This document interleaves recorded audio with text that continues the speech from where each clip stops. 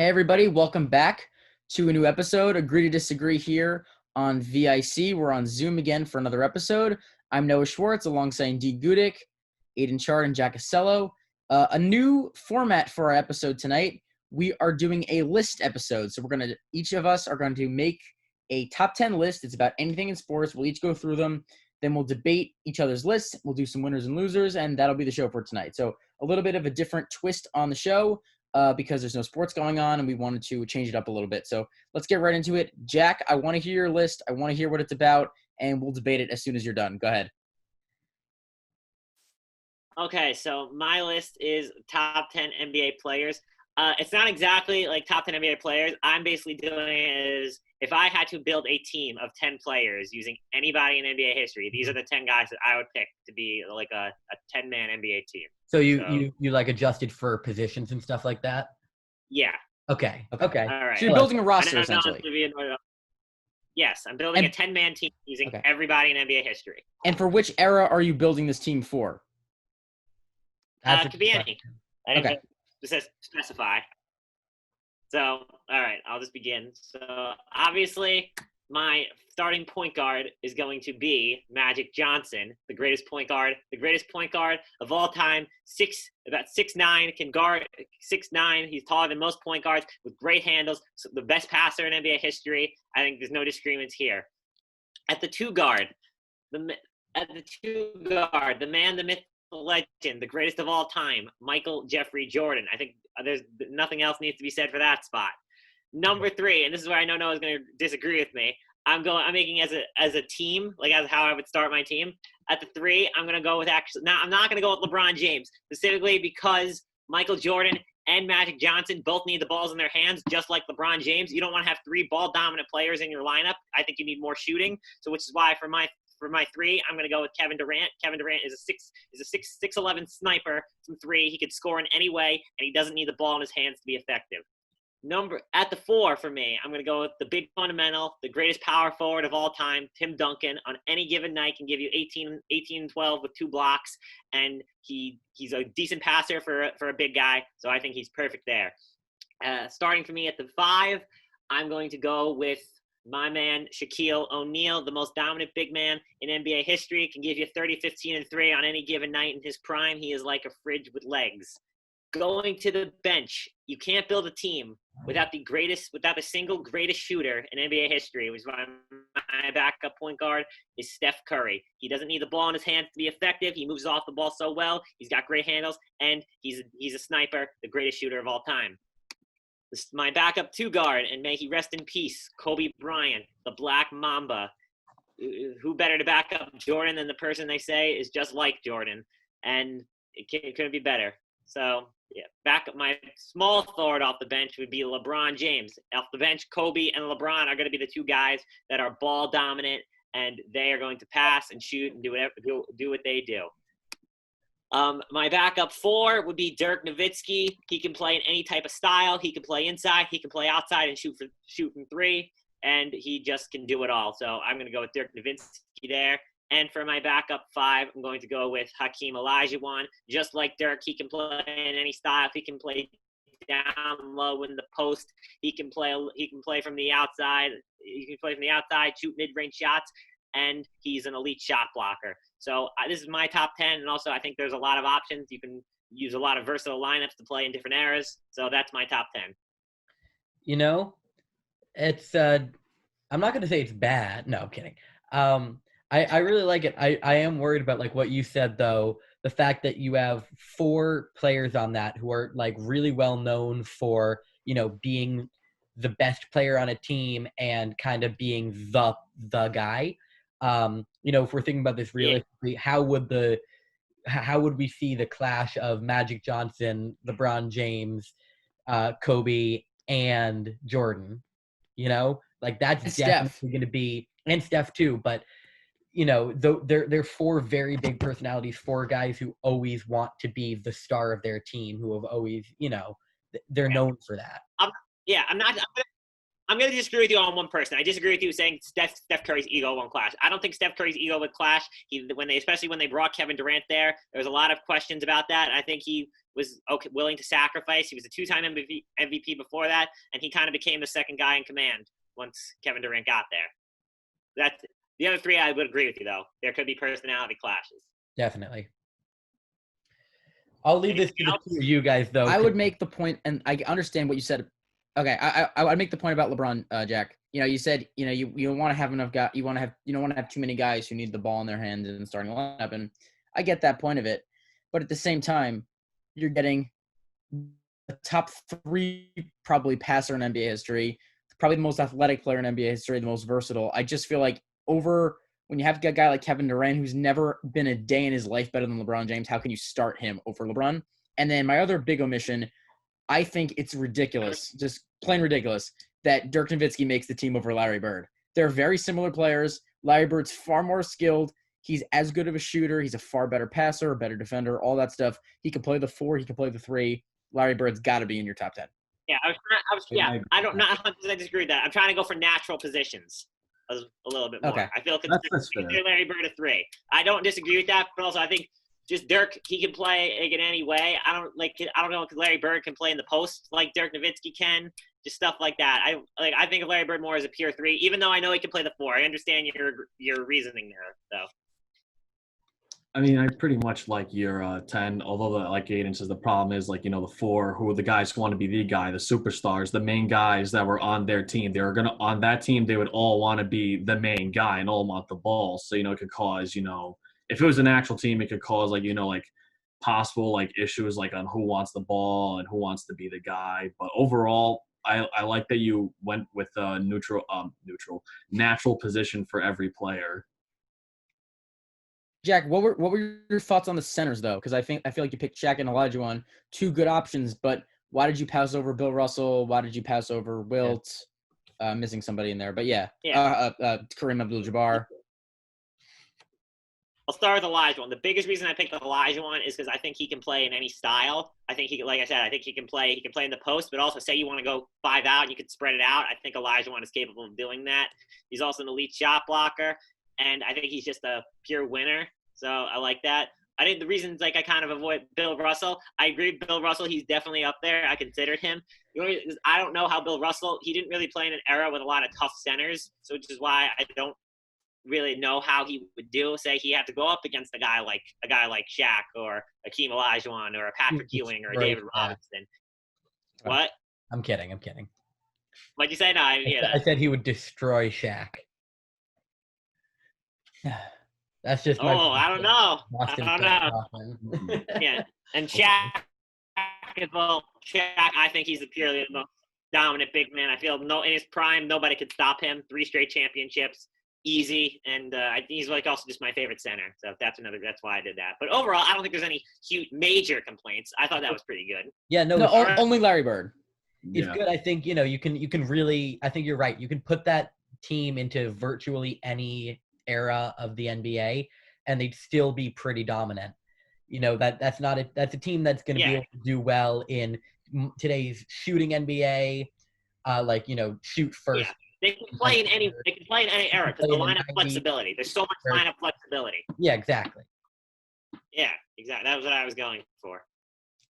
All right, I think we should move on to the next list. That was pretty interesting, Jack. Dean, let me hear what you got, and let's go. Let's do it.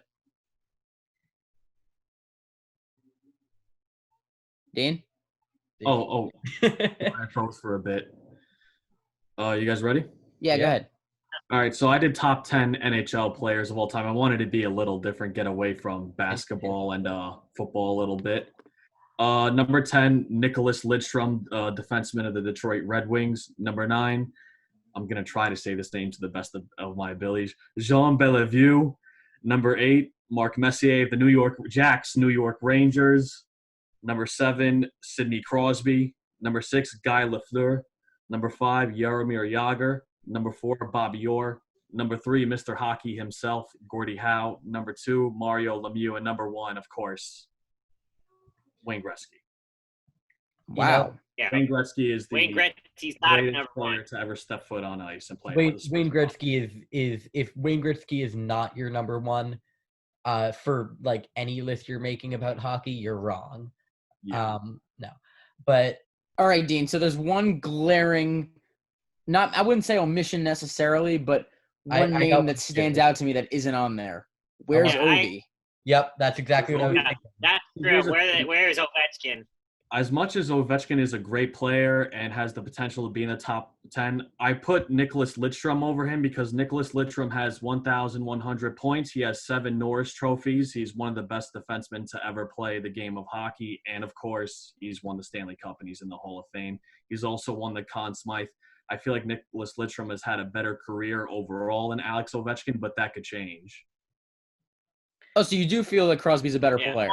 Crosby's the I've better heard different player. opinions on that. Yeah, Crosby's a I better definitely thought it was interesting that you put Crosby in there without Ovechkin. I know Yeah. that's a huge rivalry, always has been, probably always will Yeah. be. And I prefer Crosby. I love Crosby. I think he's an absolute stud. So I'm not 100% Crosby's against a- that. Hold but on I a feel second. like Time he's out. there. Did you just say you love Crosby and you're a Rangers fan? Get out of here, man.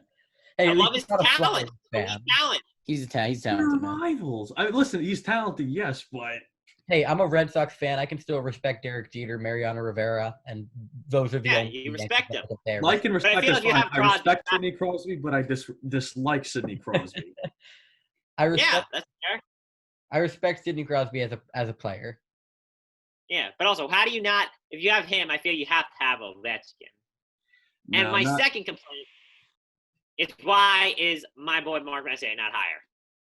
Mark Messier is not better. First of all, don't be biased. I don't care, D. That doesn't matter. He's a New York Ranger. Listen, man. You know what I'm disappointed about? The fact that you put Bobby Orr so low.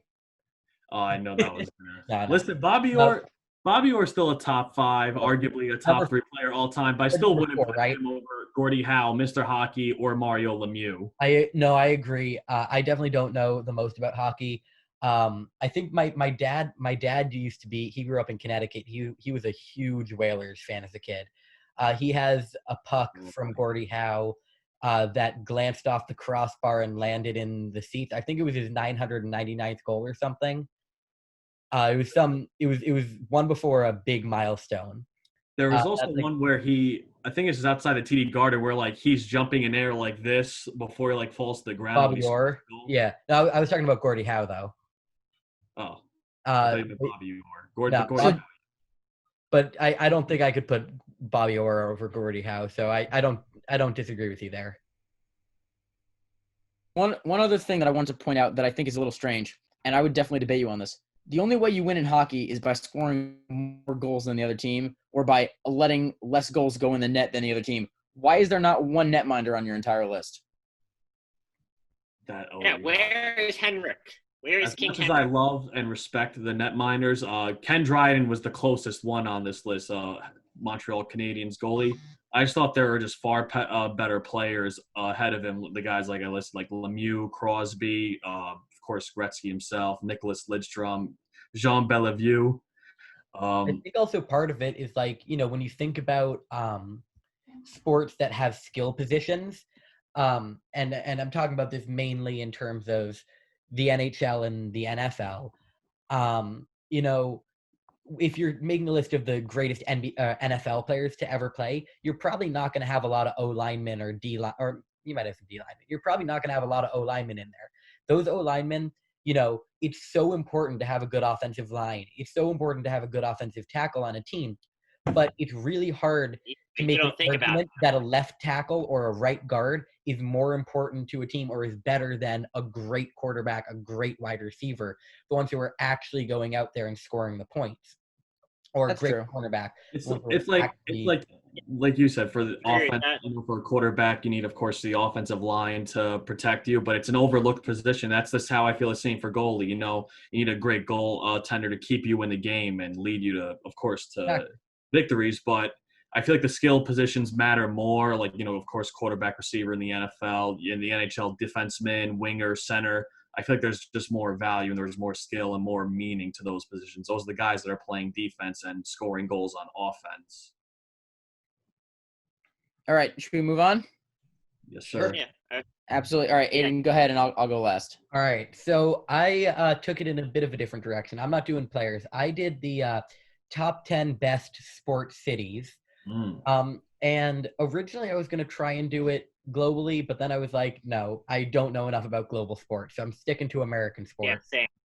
And I couldn't critique it. There was. So there might be, you guys might have some debates on this list. For it, I mostly went with success, historic success. But I also did want to contribute or think of a little bit of like the fan factor. How good of a city is it as a fan to root for those teams? Yeah, okay. So Yeah, first, I thought you were just by fan. most of these cities have 4 sports teams or have had 4 sports teams.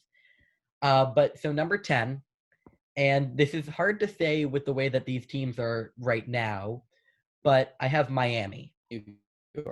Miami doesn't have an NHL team, but the Dolphins have been one of the best teams in the NFL. And granted, they're pretty terrible right now. And we can't forget how good the Marlins were at the beginning of the 2000s. And the Heat had one of the most dominant runs in the NBA. That was just with that big spree. I just think that that's a great sports city. Number 9, another maybe controversial one, Cleveland. Right now, terrible. But the Cleveland Browns before the NFL were probably one of the best teams of all time, if we're talking about before the NFL era. And the Cavs I would consider them to be a historically solid team. I'm just going to I wonder why. What? I said I wonder why. Hey, I don't think LeBron's bad. I just don't think he's the best. Number 8, I have St. Louis. St. Louis has had really bad luck with their sports teams. They've had one move away recently. They've had 2 hockey teams leave. But they're one of just a few cities to actually be able to say they've won a championship in all 4 major sports leagues. And also, little fun fact I learned while I was researching this, St. Louis and Boston are the only cities to have played against each other in every single major sports championship. And so that's awesome. It's pretty impressive, and it's really cool. I don't think you would expect it to be Boston and St. Louis. No, the St. Louis Hawks were very good back in the 60s, right? Back in the 60s, they beat the Celtics in 58, I think it was. So number 7, I got Pittsburgh. The Flyers was on the team. Or sorry, not the Flyers. The what? Penguins. Technical difficulties with Noah. The Steelers. The Steelers have the most Super Bowls in NFL history, tied with the Patriots. Yes. I don't really think there's much I need to say to convince you that Pittsburgh is a great sports city. They have 4 teams. Those 4 teams are all contenders most of the time. It's fun to watch them. Like, I find myself enjoying I always enjoy watching a Pittsburgh team play. But number 6, I have the other Pennsylvania team. I got Philadelphia right above them. Philadelphia, another city that's able to say that they've had 4 or a team in every major sport, teams that have always contended in those sports. Number 5, now we get into the top 5. We got San Francisco, the first of our California teams. The Niners, the Warriors, great. They don't have an NHL team, which hurt them a little bit, which is why I wanted to put them higher. But I feel like you can't be higher than that without 4 teams. They're the highest team, or highest city without 4 teams. At number 4, higher than LeBron's Cleveland, we got Chicago. The Bulls had one of the best dynasties in history. The Cubs and White Sox have had their struggles, but they're always fun to watch, and the Cubs at least have been really good recently. Plus we got the Bears, of course, and the Blackhawks, one of the original 6 teams. Number 3, our other California team, Los Angeles. It's hard to believe that, they have 2 teams in every sport. It's hard to believe that they're not actually better than they are. It's really only the Lakers who have been, historically amazing. And then I have a feeling there's going to be some controversy between my 1 and 2. I don't think with a good heart, I couldn't put New York over Boston. So we got New York at 2, Yeah, I Boston at Size 1. is not surprising. yeah. Nobody's surprised about that. But all right. And I did actually at least take the time to come up with some reasoning that I think is valid, right? The Yankees, it pains me to say, but the Yankees are probably the best team in MLB history. Probably. I don't think What? probably. At least not for a while. It hurts to say even that. Wow. But, they're the most dominant team in MLB history, if not major sports history. But when you think about New York teams outside of the Yankees, none of them stand out as completely dominant in their fields. The Jets and Giants have The Knicks. the Jets and Giants have had their fair Yeah. share of good seasons. So have the Mets. But outside of the Yankees, I wouldn't have called any team dominant. The Knicks had some really good I runs. agree with Noah. Knicks have been dynasty for like 30 years. They did. Dynasty of being They did have some good dynasties, but I think honestly they're being hurt by, I counted the Islanders as New York City. I know they play on Long Island, but I counted it just for myself. For now. The Islanders, the Rangers, the Mets, the Jets, and the Giants haven't had as much success as you would expect from teams that, play in such a big sports city. And so, number 1, Yeah. go Boston. Of course, I have Boston at number 1. The Patriots used to be the laughingstock of the NFL, but now they're the greatest dynasty in sports history. The Red Sox went 86 years without winning a World Series, but they were always contenders in those times. There's never been, outside of the Patriots, I don't think there was ever really a stretch of Boston teams being terrible. The Celtics have the most NBA championships. The Bruins are always good. The Red Sox have always at least been up there in the MLB discussion. And recently, you can't count out the Pats. So go ahead, Yeah, tear me apart. yeah, Put New York I agree. below Boston. No, Yeah. my actually. I Oh, go ahead, Jack. Go ahead. Yeah, I like your list a lot. Also, it's funny, right when you started that, I was like, you said Miami is number 10. I was looking at my desk, and I pulled out a thing that I got from a Heat game when I was like 11. Look at that. How funny is that? Win big. Anyway, yeah, I know. Anyway, back to what I was saying. The one city that I think deserved to be on there, I don't know if you guys will agree with me, I think Oakland deserved a spot on that list. The Raiders have a very passionate fan base, and really for up until this year, Oakland really was where the Warriors played. So in the Oracle Arena was one of the loudest arenas. So I think they're good. They've had success over the last couple of most seasons. Yeah, I for think sure. I think the biggest omission is Dallas. Dallas. How can you not put the Cowboys on there? I mean, I don't like the Cowboys, but Can you truly say that the Cowboys alone are good enough to put Dallas on that But list? outside of Yes. the Cowboys, outside of the Cavs, there's not much. So I agree. I don't think Those are always good. There's not much with those two. The Dallas Stars aren't too good, and the Mavs, they had that one good season, and not much since then. Sure, good. And do the Rangers play Dallas, or are they Arlington? Who, the Rangers? Yeah. I think they're Arlington. Yeah. So they don't even They're Arlington, but have a technical baseball team. I thought you were going to put, by the way, that San Francisco and Oakland as together, like the Bay Area. I considered doing that. I did put the Warriors in with San Francisco because they you said the Warriors.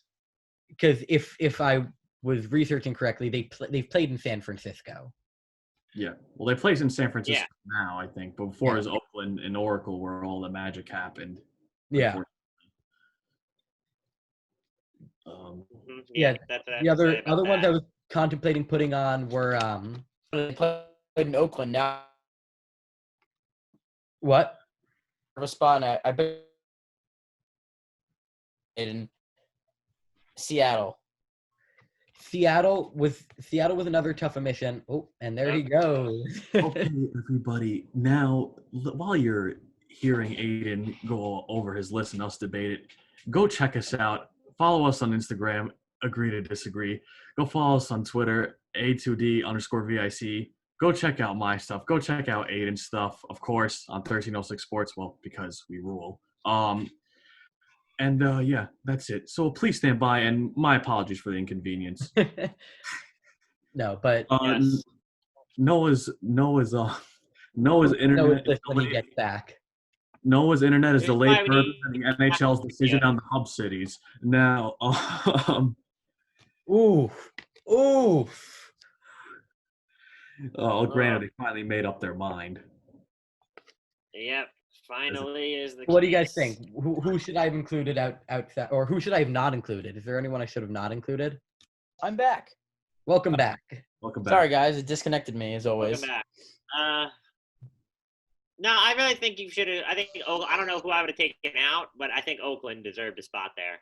That's all I would have I'll say. put them with the Bay Area, just San Fran and Oakland Yeah. combined. I Yeah. didn't hear your answer, Aiden. What did you consider Seattle? Because I think just the Seahawks fan base alone deserves a spot. The Seahawks fan base, if we're talking about best fan bases, I would best fan bases alone, I would have put Seattle on the list. But here's the thing. Seattle lost or almost lost their baseball team because because nobody cared. They didn't have a big enough fan base. They lost a basketball team because they didn't have a big enough fan base. They're finally getting another sports team in the unnamed NHL team.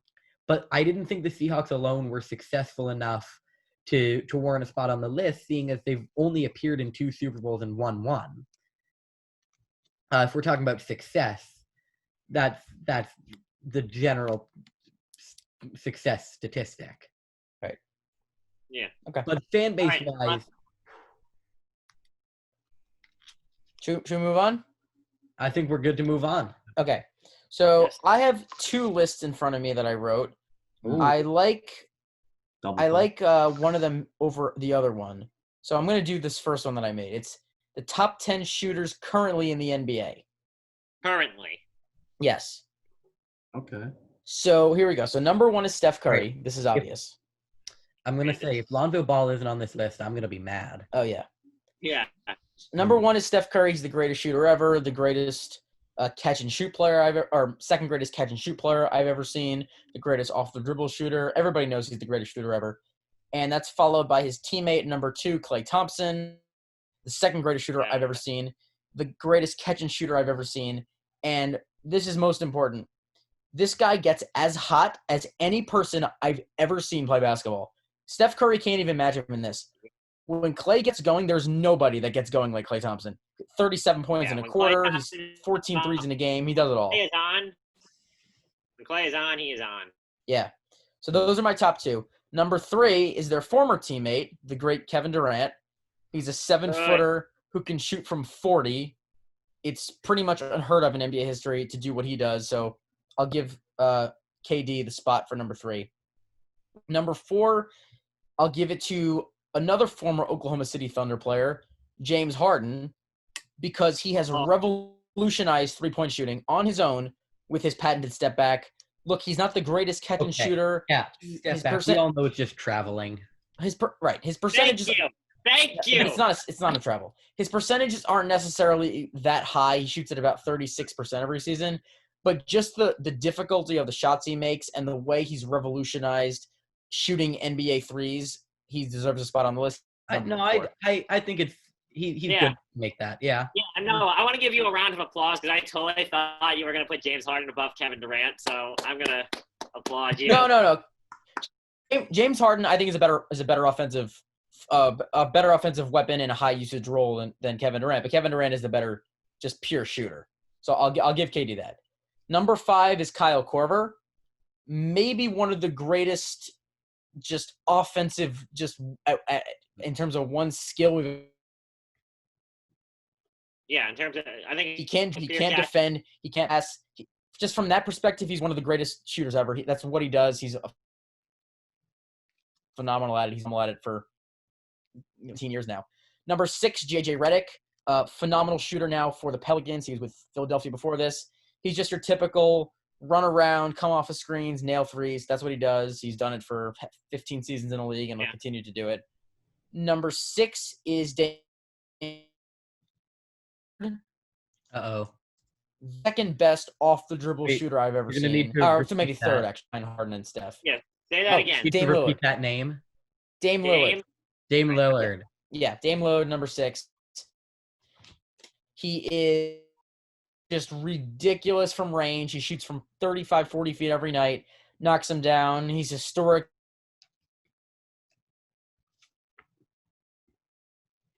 On offense, he's number 6 Curry. And believe it or not, his career 3-point percentage is actually higher than Steph Curry's. It's second all time to Steve Kerr. Very, very impressive. He's a good player.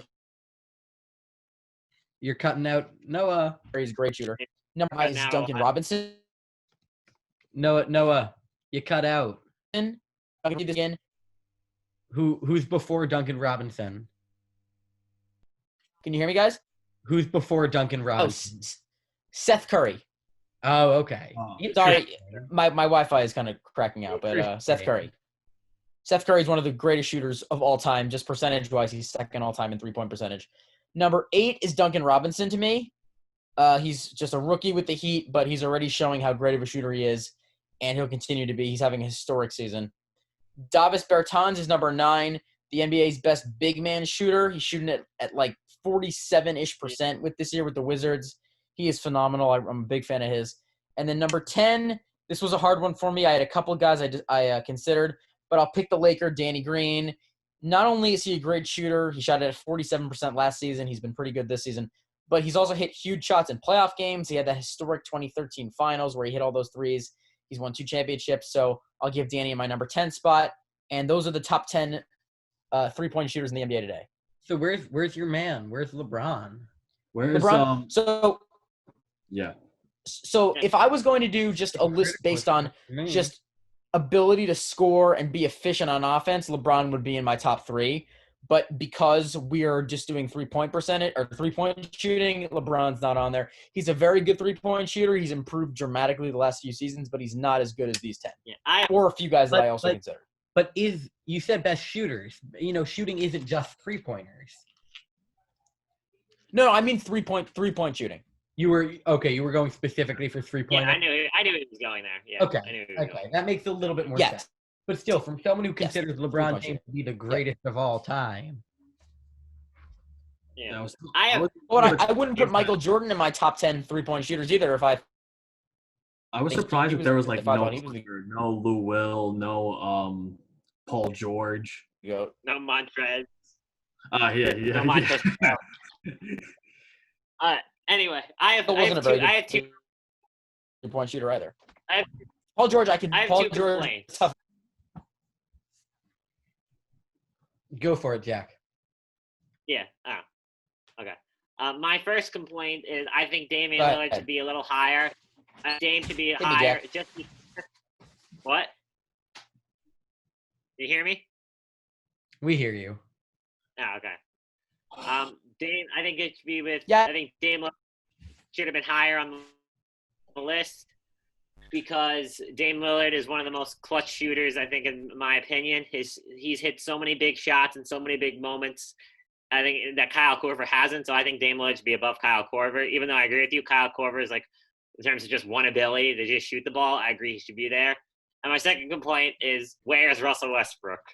Russell Westbrook is a pure 25% three-point shooter. Why is he not on this list? Come on, Noah. I wish I could tell you why. He was just one guy I left off. Listen, I'm right at the top. Where is Lonzo? Where is my man, the greatest NBA player of all time, Lonzo Ball? Stop it. No, LiAngelo Ball. LaMelo. I was asked for 1306 Sports to make my dream NBA All-Star lineup, and I just picked Lonzo Ball 5 times. Nice. So.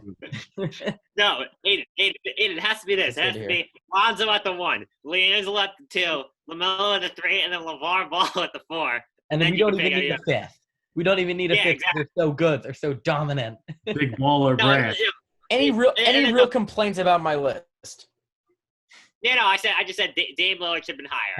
I think it's hard.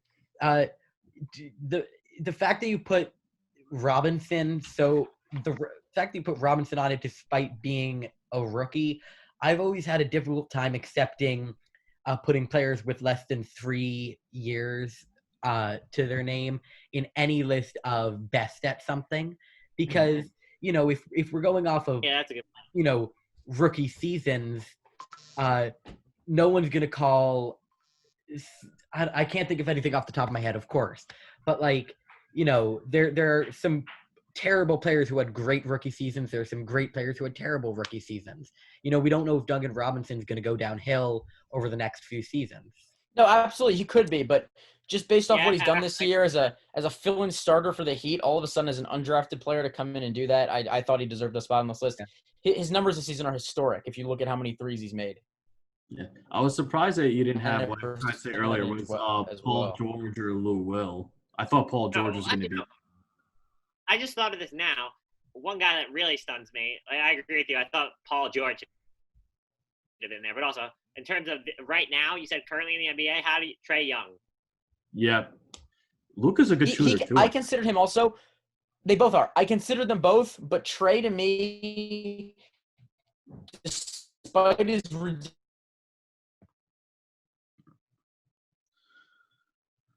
range, isn't efficient. He isn't yet efficient enough. Rookie season, he didn't. Point is, majority of the year, so I did not put him up for that reason. All right, I think we should get to winners and losers quick before we gotta go. All right. Yeah, take it away. You and me are winners. I believe so. I'm gonna go. Yeah, go quick. Yeah, I'll go quick. I got a couple. You got a minute. Winners. My first winner is the New England Patriots for getting Cam Newton. As much as it annoys me, they finally got a quarterback, so they're in good shape. Another winner I have is okay. Anyway, I have another winner of mine is Dame Lillard. Congrats to him. He's going to be on the cover of 2K21. So congrats to him. A nice little payday.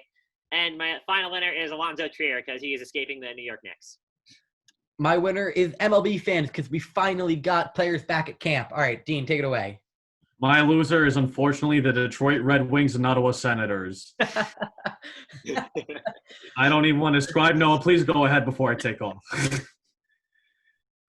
My loser is probably the NBA 2K world for not getting Kobe Bryant on the cover this year. It's kind of ridiculous that he wasn't put on the main cover like the way that Dame was. So I was kind of upset about that. I know he's going to get a special edition, but I thought he should have been on the main version. All right. Make sure to check us out on Twitter, on Instagram. And hey, if you have any ideas for any top 10 lists that we should do in the future, let us know. Leave a comment on the video. Send us a DM on Instagram or Twitter. We'd love to hear from you guys. Give us some ideas on the show. Sure. Thanks for watching. Guys, have a good one. See ya.